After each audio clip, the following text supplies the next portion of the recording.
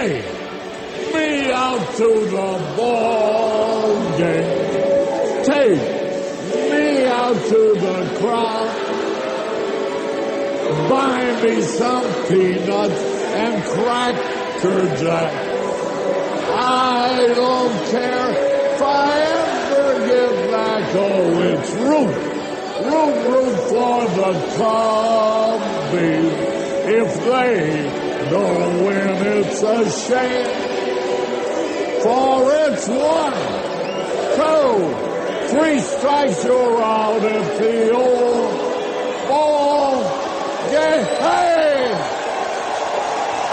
This is the Monday Morning Quarterback on the 12th of February, 2018, from WBRN Radio in Boston and on the Boston Red Network. We move along here in the month of February. Happy Mardi Gras. I think Mardi Gras starts on the 13th, I believe, is right. I hope it's not Fat Tuesday. I'm not off that much. I hadn't looked it up. But anyway, nonetheless, we'll lead off with a African history moment here.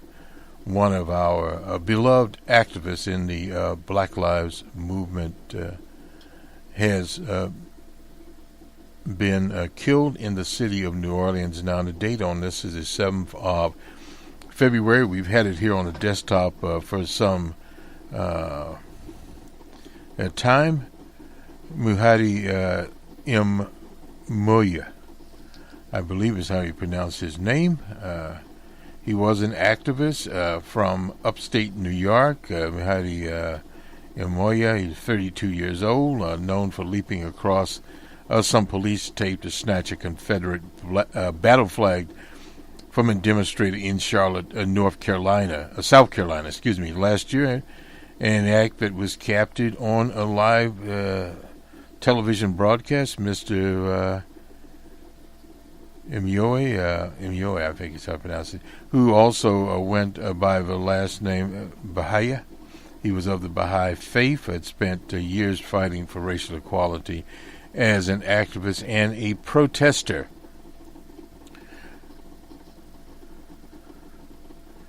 The police found the young warrior in New Orleans near a mountain bike on Belvedere Street in New Orleans shortly after 1 a.m. on Tuesday.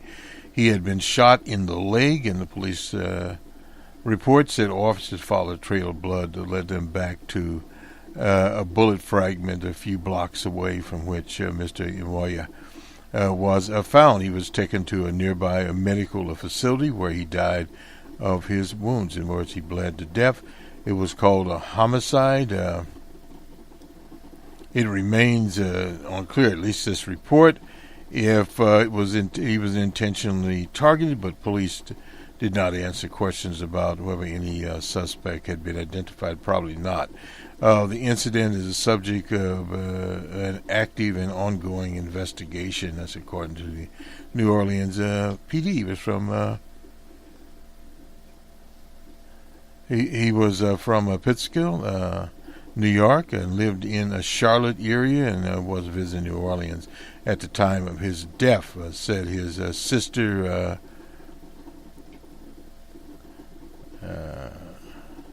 Kimberly Duncan, 46 years old. He was always fighting for justice, equality, and fairness. She said he always wanted to do for others. He never put himself first, which was a good move in itself. In 2015, Imoye demonstrated on behalf of the family of Walter Scott, an unarmed African American who was fatally shot by a police officer in North Charleston that April. 2 months after that, 9 members of a Charleston church were murdered by the white supremacy Dylan Roof. The warrior participated in demonstrations and spoke to outlets about the history of racial inequality in the U.S. And when DJ Trump went to Mount Pleasant, a city near Charleston, for a campaign rally in December of 2015 called for a complete shutdown of Muslim entering the U.S. Mr. Imoya was there to protest. You would think we've learned from history, told the New York Times, adding that his father was a Muslim. Later years, when Mr. Imoya tried to wrestle a Confederate flag from a demonstrator, he did not succeed. The police surrounded him and evidently brought him down to the ground, then arrested him. Ms. Duncan and her family are still waiting for answers about what happened to Mr. Imoya. So this is his story here. Let's see if I can get this in. I don't know. Right after the Manual 9, we did a march here. It was called Burying White Supremacy. We marched from John C. Calhoun's statue where we burned some Confederate flags. And we marched over here to the Denmark PC statue. This is the space where we find some inspiration of a slave rebellion organizer who fought to free Charlestonians and to remind them of their freedom. The idea of Denmark PC was one of the reasons why Denmark targeted another manual. That was Denmark BC's church also. And so the idea of Denmark BC is one of political and social independence for Africans. We have to remember that we haven't experienced nationhood because we were imported into a different nation. And so having a national identity, is still something we're hunting for.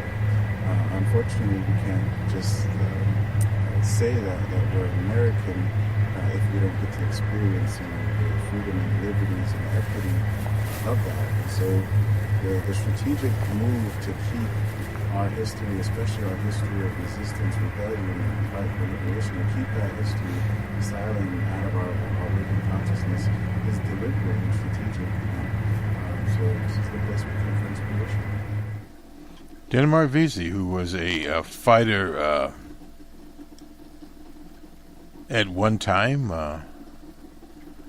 for African Americans during the slavery period, and Mr. Imoya was also an activist for African people. So we salute him as a part of African History Month, and his work will continue on. There's no doubt about that, as it has with many people before him, and will happen with people yet, as they say, to come. It is from Denmark Vesey on to Mr. Imoya, and so forth.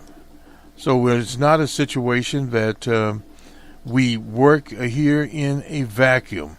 We do not work in a vacuum. We never have worked in a vacuum, and we never will in this country. I'm looking here to get the up-to-date news on him and make certain that we have it. Mardi Gras, just a second here. I'll get back to Mardi Gras in just a minute here as we do a search in the New Orleans newspaper, because we are live here. At least this portion is live, and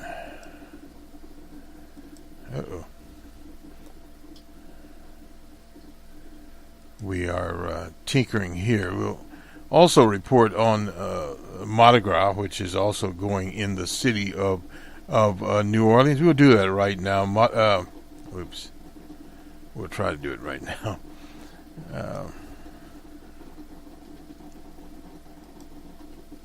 Mardi Gras proposal stuns woman at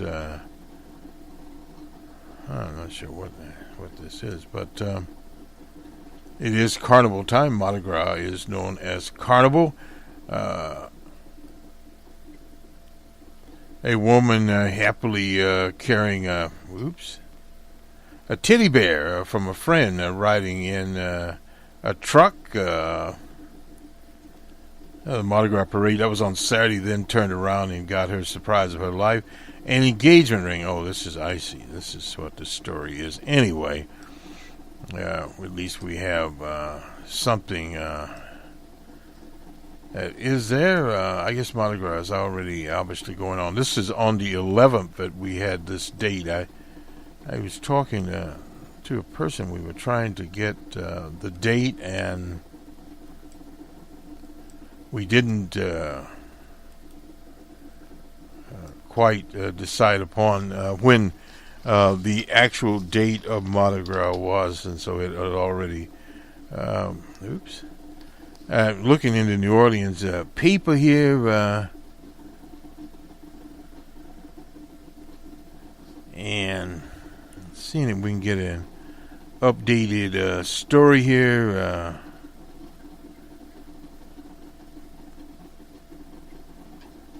This is from one day in the past. It just shows the amount of 13 people shot, 5 fatal, and another violent week in New Orleans.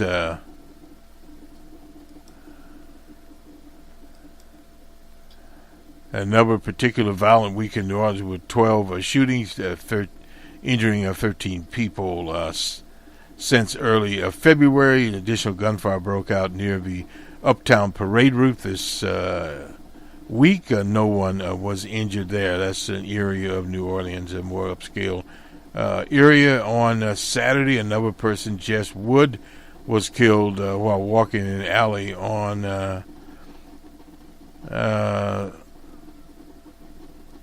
St. Marcus Avenue in the Holy Cross neighborhood. I'm not sure what the Holy Cross neighborhood is, but and various other people fatally wounded here in the lake area of New Orleans. Just reviewing this, a woman was shot in the shoulder. Oh boy, I mean, it goes on and on here, and this is where they mentioned Mr. Moya.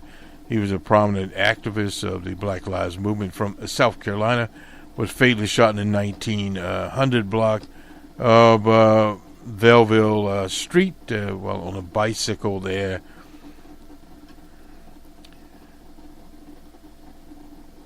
And Go page here and etc. about his particular death. I mean, a lot of violence going on here. Michael Hunter also was killed in the Central City shooting reported near Josephine and Clare Street. I'm not sure where that is either, but I mean, this is a senseless situation in New Orleans. A lot of violence there in various neighborhoods across that particular city.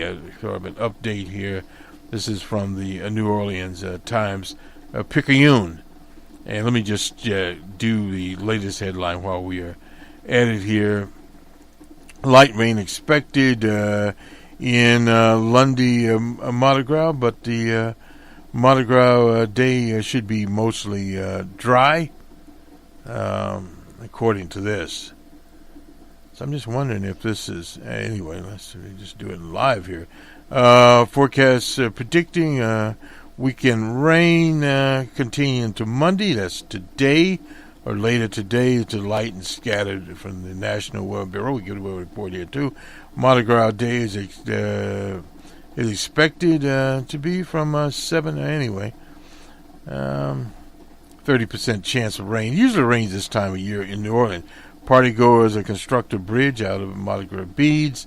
I got my beads up here. Necessity of invention. The occasional torrent downpour could be cause to pack up and go home again. But for some, the paraders go on. It was a reason to think up a little civil engineering. The rain there, so they had the rain. No rain boots. Yeah, it is much of a rain there. Used to live in Seattle, so I know about rains. But anyway, about the thunderstorms and what is traditionally an 80% chance of rain there in the Big Easy. And various other things. City of New Orleans announced a schedule through a Twitter account, the Kwame in the parade, the parade routes here. Weather cancels a parade in St. Charles Parish. So I guess Friday in New Orleans expect to be mostly. Oh, this is okay. But anyway, nonetheless, Mardi Gras goes on, and so does the celebration. Sometimes if you look at things live here, a little different here. It is a city of that we have the carnival thing. Also in Brazil, we have carnival too. Going on there. Some pictures from the French Quarter. We'll try to get these, at least put one on our situation here. And let me see just a little bit of this here.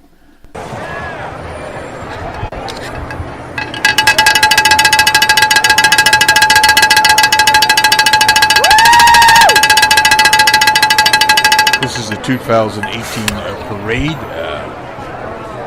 Hey guys, it's Anderson Leal and Paulina Pachano from Loyola University. And I'm glad you guys are joining us here for the Crew of Bacchus, which is about to start in a few minutes. Yep. It's rolling up. It's rolling slowly but surely. Make sure to give a comment and we'll read them out loud. On hashtag ParadeCam. On Twitter. Yeah, I think just Twitter. Yep. Woo! This is the Bacchus, and what we see here is some of the litter on the streets. Yeah, we'll put a link up to this. Anyway, so much of this. Let's move on here with the regular, as they say, happenings of the day from the Washington Post.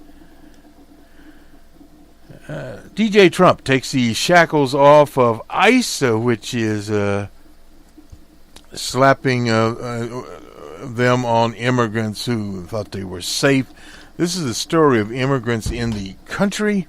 They've been in the country for many, many years and played the game with ICE. A week after he won the election, Trump promised his administration to round up millions of immigrant gangs, drug dealers, but what they're doing is grabbing the low-hanging fruit. Said after he took office, arrests by the Immigration and Customs Enforcement officers surged 40%, the agency known as ICE. But ICE officers get wider latitude in who they can pick up. So far, they made 37,734 non-criminal arrests. That was in 2017. The categories of suspects facing charges as well as those without criminal records. Critics say ICE is increasingly, that was the low-hanging fruit there. ICE has not carried out mass roundups or major workplace raids on Trump. They did on Barack Obama. They list several deportations here. Virginia mother was sent back to El Salvador in June after being in the country for 11 years. An American man with an American-born wife and children with no criminal record was deported to Guatemala. And there are basic cases like this. In fact, one case where Catherine B. Forrest, she's a judge, read an opinion ordering ICE to release Rebar. Rebar was detained in January in a case that brought ICE to escaping rebuttal from a federal judge. It ought not to be, and it has never been, that those who have lived without incident in this country for years are subject to treatment we associate regimes we reveal as unjust. That was from the judge there, and we are not that kind of country. And Mr. Rebar was ordered released. Those facing deportations who show up for periodic check-ins with ICE to appeal for more time in the U.S. can no longer be confident they won't be arrested if they show up.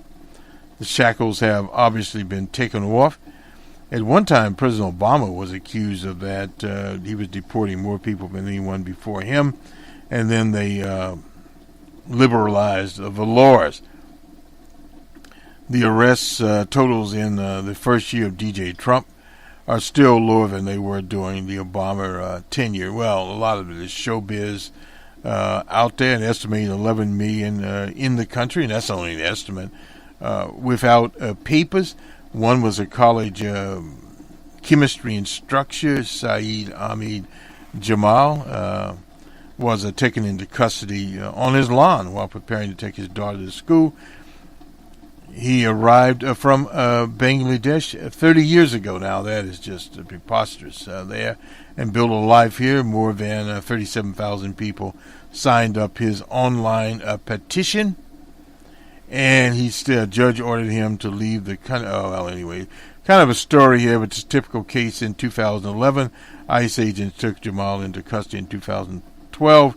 He lost his appeal in 2013. This is not unusual. Period. No statute of limitation. No, there's no statute of limitations. In other words, you can be in the country for 90 years. They cite a Polish-born doctor in Michigan who came to the U.S. at 5 years old, was arrested last month. This has made national headlines. Supporters rushed his defense. ICE justified the decision by saying the doctor, who was a permanent legal resident, had been repeatedly had encounters with local police. Misdemeanor convictions for destruction of property receiving stolen. That was in 1992. Crimes that under immigration law are considered a moral turpitude. He should have a lot of moral turpitude running around at the White House. So anyway, some of these people, Rebar, served 2 years in prison, then married a U.S. citizen in 2010. That was 8 years ago. The immigration courts repeatedly spared him from deportation, but his most recent appeal was denied, and ICE took him into custody 8 days before his residency was due to expire. So he's on his way out the door. So that's basically what's happening here from John Sandwich, literally. He's a former ICE director who helped draft the 2014 memo that prioritized arrests based upon the severity of immigrants' criminal offenses. Said the agency has resources to deport about 200,000, only about 200,000 cases a year from the interior of the U.S. The problem is that when you remove all priorities, it's like a fisherman who just gets his quota anyway. That's what Sandwich said. It diminishes incentives for agents to go to the bad criminals, but now their job is just to fill beds, and they are filling beds in a hurry. The approach dovetailed with ISIS enforcement emphasis on targeting severe criminals at first. The Obama administration, other Democrats embraced, but that's not being embraced anymore. The caseload far exceeds the capacity of jails, in addition to 41,500 immigrants in detention, according to the most recent data. The agency has a caseload of roughly 3 million deportable type. They can't deport all these, equal to about 1 in 4 of the estimated 11 million undocumented immigrants in the country. More than 542,000 of those are considered fugitives, meaning they do not show up for their immigration hearings, and nearly 2 in 3 were considered priorities for deportation under Obama. Were not, excuse me. Now they are. In addition to 2.4 million immigrants are free penalty pending hearings or appeals because the agency has not been able to deport them yet. The Supreme Court's ruled that such individuals cannot be jailed immediately. Nearly 1 million of this group have final deportation orders, including 178,000 convicted felons. So this is basically where the immigration problem stands. There's a lack of resources. This is just a strictly politically motivated affair, and everyone knows about it, period. Let me just run here. The debt limit. I thought the debt limit should worry everyone. This is by Robert Samuelson. Well, we kicked the can down the road. A quote from President Obama. Well, they did do that. The bipartisan budget agreement reached last week by the congressional leaders, excuse me, is nothing if not a huge evasion of responsibility. Neither party will make unpopular choices necessary here. Samuelson takes a right-wing view. Under the agreement, the federal debt will grow by $1.7 trillion or so over the next decade, 10 years. That's an estimate from Committee for a Responsible Federal Budget. Some group here has got some money, but it strains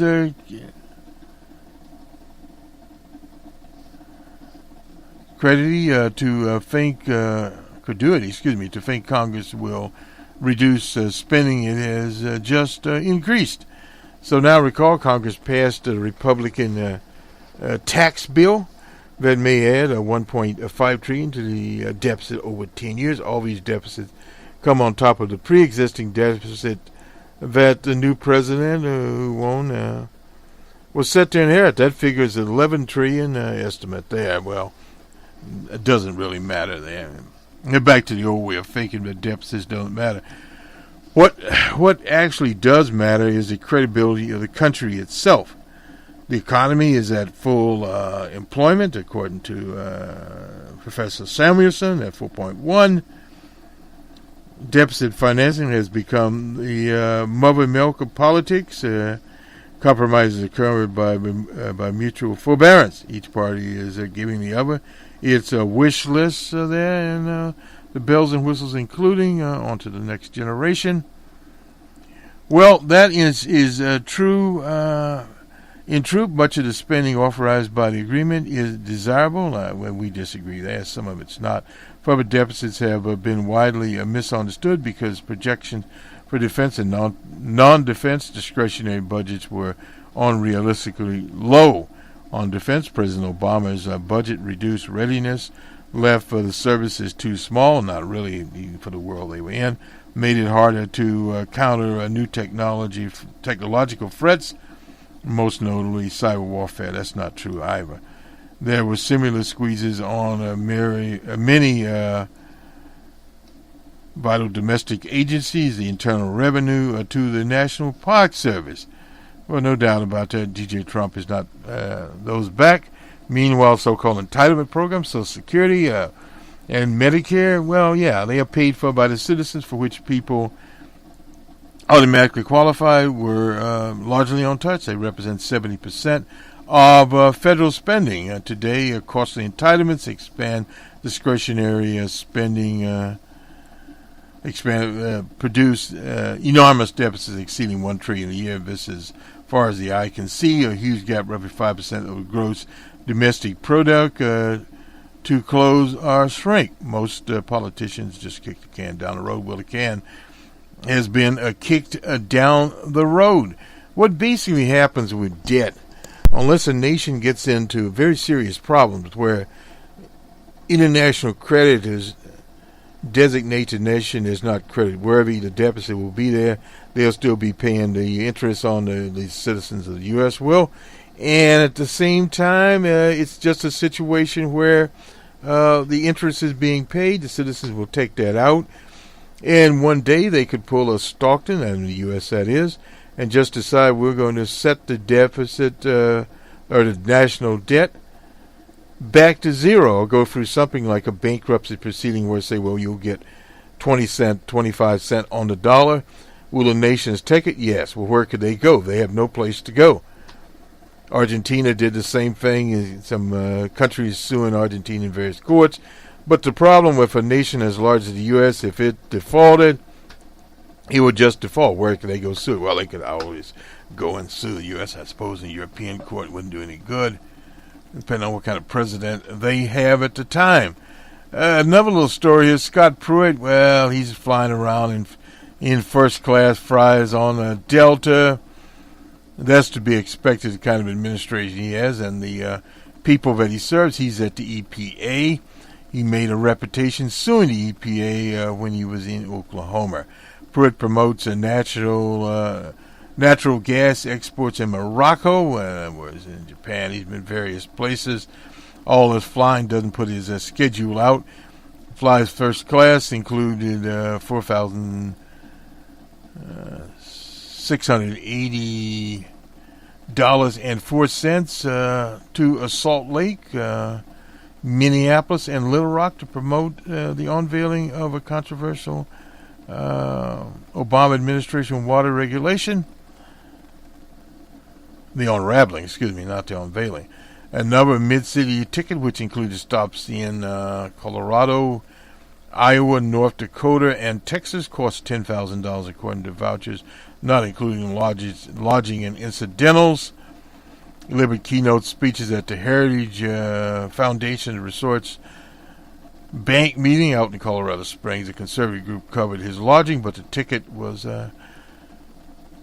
almost $3,000. A week later, he flew to Tulsa to tour Brainerd Chemical Company and stayed the weekend, a flight costing almost $2,000 there. And various other places he's been, the Kimpton in Salt Lake City, Meridian, La Meridian in Minneapolis, and the Capitol in Little Rock, Arkansas, and the Michelangelo, in New York City. Flies on Delta. I guess he gets freaking miles out of that. And various other schemes he's been on. The previous predecessors, Lisa Jackson and Jenna McCarthy, also traveled the summits, etc., but they traveled coach to these types of summits. But none of that for old Mr. Pruitt. He's up in the whatever he's in. Had to clean that one up a little bit there. And let's see.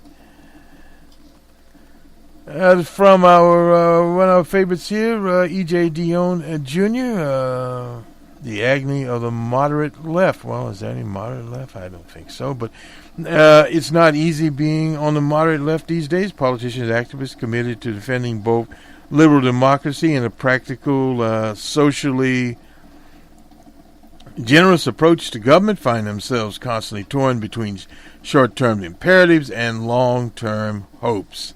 This was brought home last week by two different political struggles in the U.S. Congressional Democrats divided over whether to provide the Republican votes needed to pass a budget to keep the government open. In Germany, Social Democrats around Angela Merkel to form what's called a grand coalition to extend the chancellor's term, but the rank and file agreement could be still voted down by the party rank and file. The content, of course, are different. The context.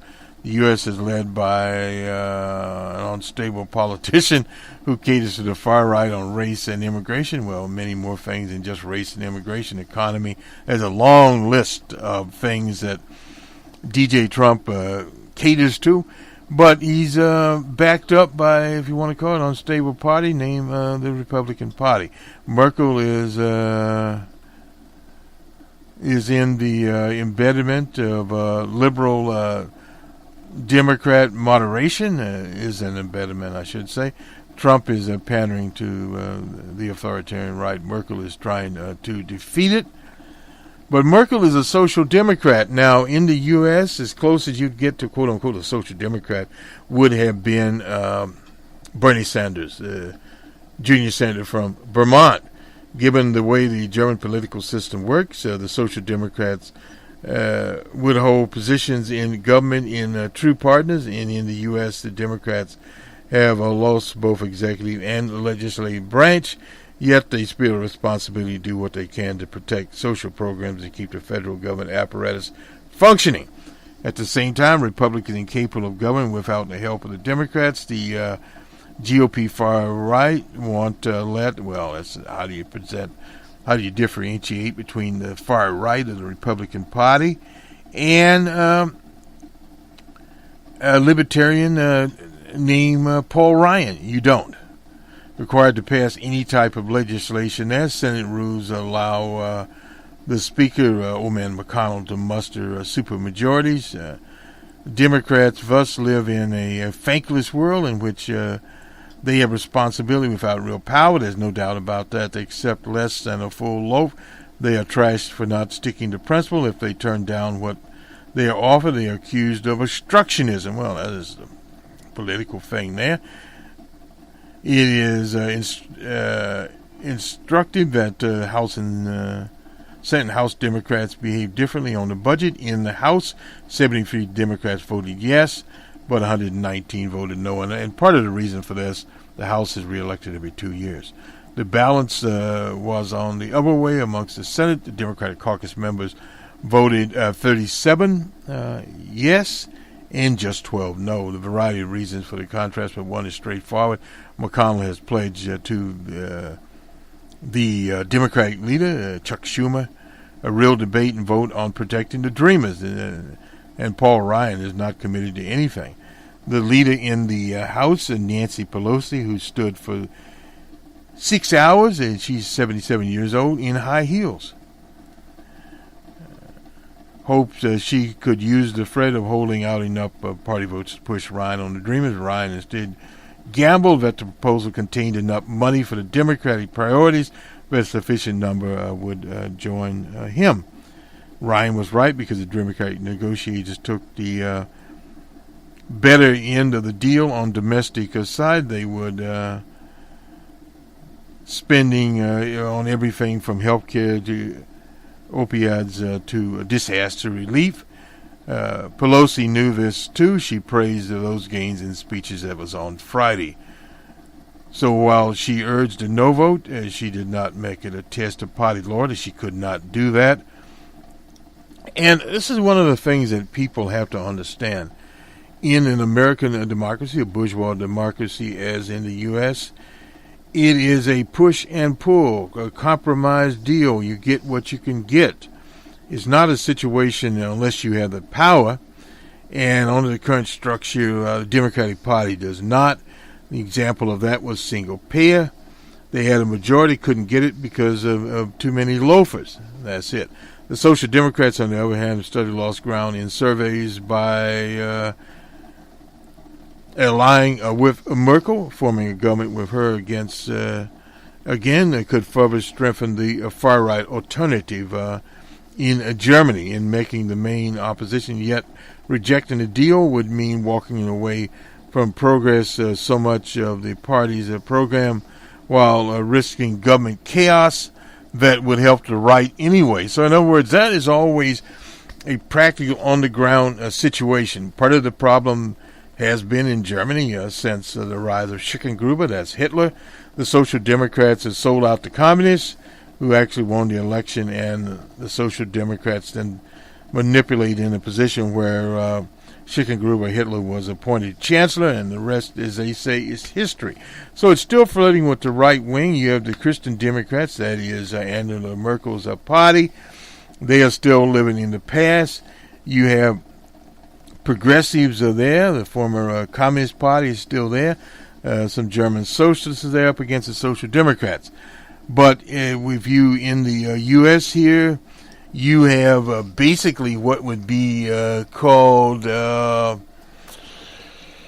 guess if we go to Britain, we have the Lib Dems there who have disappeared basically from the body politic, and we have the Labour Party, which is the Social Democrats and a smaller left.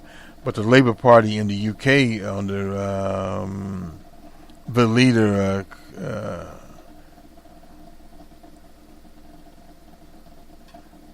Colin Condren has mispronouncing his name too.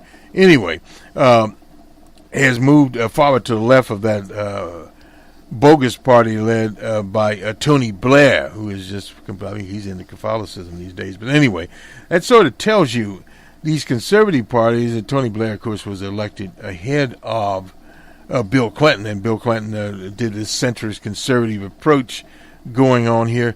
So it's naturally you'd have what we have now in the U.S. is the right. We had first G.W. Bush. G.W. Bush was kind of in general right that he was pushing in there, and we had 8 years of him.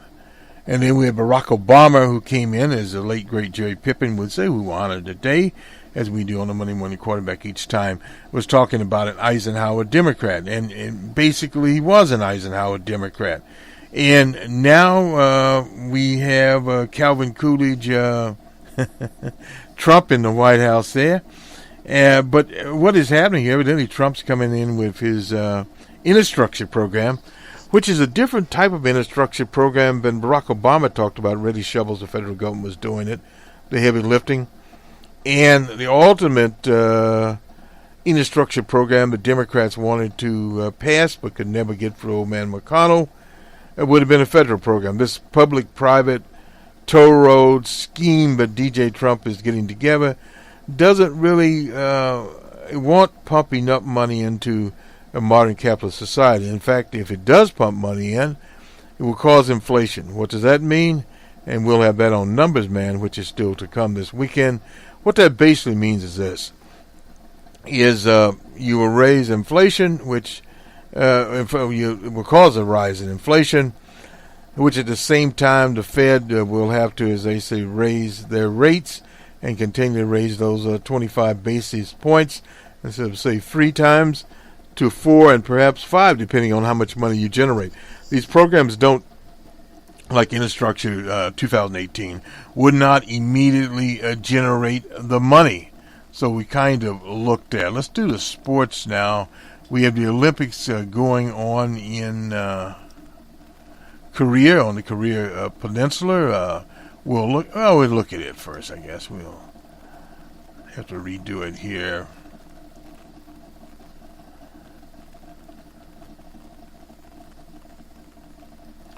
You look at the total count. Norway has 8, Canada has 6, and the Netherlands has 5.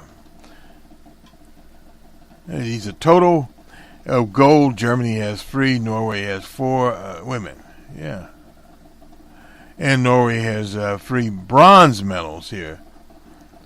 So you look at the leaders here. Well, anyway, you won't look at those, but there were some wins there. Red Gerard, 17 years old. He got the first American gold medal. Look at the Americans, what they have here for golds. Well, I'm not showing it, but okay.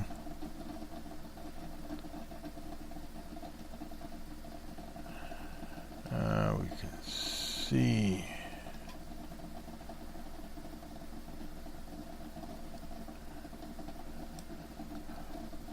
Americans have two goals here. Norway has 4. We already, yeah. Anyway, that is what is happening there. Let's go to the NBA, something we know. And what has happened. Oops. Sometimes things change around on us. Anyway, we'll get that score sheet up here. We'll do the NBA, then we'll do college basketball. And after that, the NFL. The Winter Olympics is very interesting. They've added snowboarding and several other sports that used to not be in it. The old slaloms, the old lude, and things of that nature are back there, and they still have figure skating and there's a lot there. We used to talk about that. Well, the Summer Olympics were for the summer people, most of Africa and Asia, whereas the Winter Olympics. But yeah, you get into Korea, yeah, they have a similar climate to the Midwest state of Minnesota. Anyway, on to the Raptors. They were at the Hornets. The Raptors won 23-103. The Pistons were at the Hawks in Atlanta. Hawks 118-115 for the Pistons. The Cavaliers had a big day in Boston, 121-99 for the Celtics. The Mavericks and Rockets in Houston. The Rockets, they took off a little bit. At 104-97, the Kings and T-Wolves in Minnesota. T-Wolves 111-106 for the Kings. The Grizzlies and Thunders in Oklahoma City, 110 for the Thunder. They struck a little lightning, and 92 for the Grizzlies. And finally, the Jazz and Trailblazers out in Portland. Jazz 115-96. On to our hockey friends here. Let's see what the other Penguins and the Blues in St. Louis. Penguins 4-1. The Red Wings of Detroit and the Capitals. Red Wings in overtime also 4-5. Red Wings there. Anyway, the Rangers and the Jets. Jets 3-1. The Jets of Winnipeg. The Rangers, of course, New York. The Canucks and Stars in Dallas.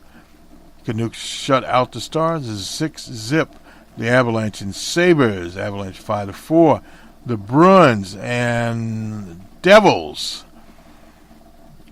5-3. Bruins over the Devils in the Motor City, Detroit. Those are teams have been around for a while. The Flyers and Islanders, the Flames and Islanders, 3-2 the score. The Calgary Flames and New York Islanders. The Flyers and Golden Knights, the Vegas Golden Knights, and the Flyers of Philadelphia. The Flyers flew on 4-1 to score. Flyers over the Golden Knights of Vegas, and the Sharks and the Ducks. Anyway, the Anaheim Ducks and the San Jose Sharks. The Sharks pulled it out 3-2. So, two West Coast teams, the Anaheim Ducks. I guess the singing cowboy Dean Archer is singing to them. Anyway, and the Sharks, I have no idea who's singing to them in San Jose, but nonetheless, they're in San Jose. So this will do it for us. A reminder, we're coming closer and closer to spring training. Evidently, the Twins tried to get Mr. Darvish on a 5-year contract, a multi-million-dollar contract, and he'd have none of it. So now they're looking to Tampa Bay. I forget who the man was in Tampa Bay. Let's see real quickly here. I think we can get this one up here.